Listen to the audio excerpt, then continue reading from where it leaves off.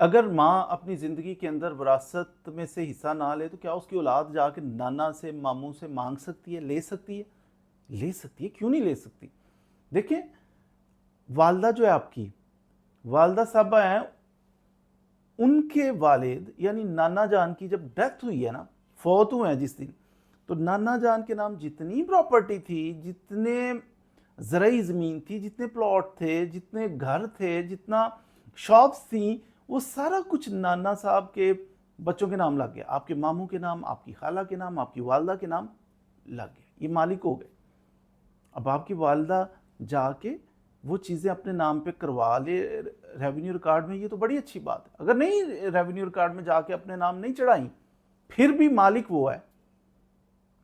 شریعت بھی یہ کہتی ہے کہ باپ فوت ہوا ہے، اب اس کی جتنی بیٹیاں جتنے بیٹے ہیں سارے مالک بن گئے، اپنا اپنا جتنا شیئر بنتا ہے اس کے مطابق یہ مالک ہیں۔ اب نام لگوانا ضروری نہیں ہے، ہاں نام لگ جائے تو بڑی اچھی بات ہے۔ نام نہیں لگوایا اور ہماری والدہ بھی فوت ہو گئی ہے، اب کیا کریں؟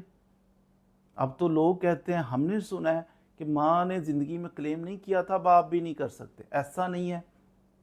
وہ آپ کی ماں کا شیئر تھا، ماں کا حق تھا، اس نے زندگی میں نہیں بھی لیا، تو اب ماں کا شیئر جو ہے اس کے بچوں کو جانا ہے۔ آپ کلیم کریں، ضرور کریں۔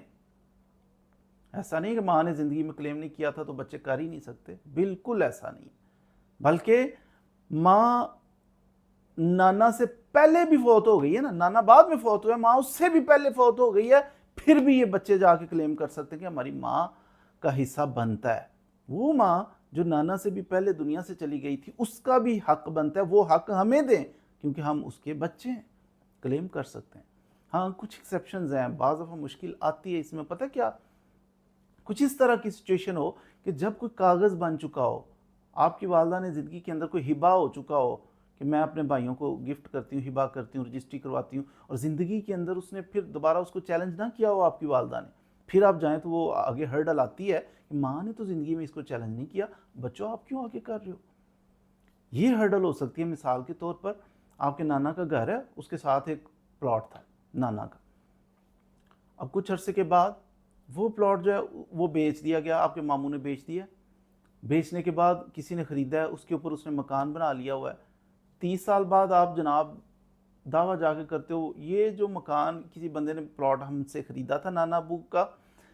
خرید کے اس نے کنسٹرکشن کر لی ہے، مکان بنایا ہوا ہے بڑا شاندار، 30 سال ہم دیکھتے رہے ہیں، نانا کے گھر آنا جانا تھا ہمارا، ہم دیکھ رہے تھے بن رہا ہے، رہ رہے ہیں، ان کے بچے پیدا ہو کے جوان ہو گئے، ہم چپ کر کے بیٹھے رہے۔ 30 سال بعد خیال آتا ہے، 40 سال بعد خیال آتا ہے یہ اس میں ہمارا حصہ ہے، تو پھر عدالتیں ڈسکریج کرتی ہیں